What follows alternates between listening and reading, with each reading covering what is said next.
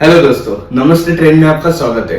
तो जैसे कि आप सभी जानते हैं, इस साल का फीफा वर्ल्ड कप कतार में हो रहा है और हमारे देश में भी काफी सारे लोग फुटबॉल को पसंद करते हैं। तो आइए जानते हैं कतार ने अब तक के सबसे महंगे वर्ल्ड कप की प्रिपरेशन कैसे की। तो वीडियो को एंड तक जरूर देखिए और नए हो तो चैनल को सब्सक्राइब कीजिए। तो कतार ने इस वर्ल्ड कप की बिड 2010 में ही जीती।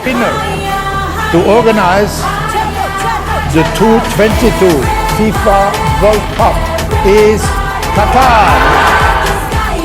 लेकिन इसी के साथ कतर को बहुत सारे चैलेंजेस को सामना करना पड़ा था। इनमें से सबसे बड़ा चैलेंज इस देश में पड़ने वाली गर्मी थी। इसलिए कतर ने ये वर्ल्ड कप विंटर सीजन में ऑर्गेनाइज किया।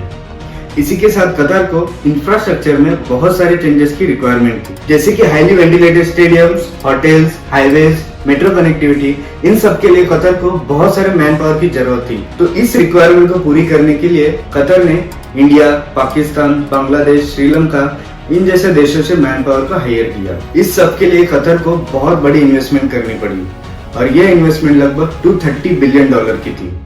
लेकिन इस इन्वेस्टमेंट का फायदा कतर को रेवेन्यू जनरेशन में नहीं था, बल्कि जियोपॉलिटिक्स में था।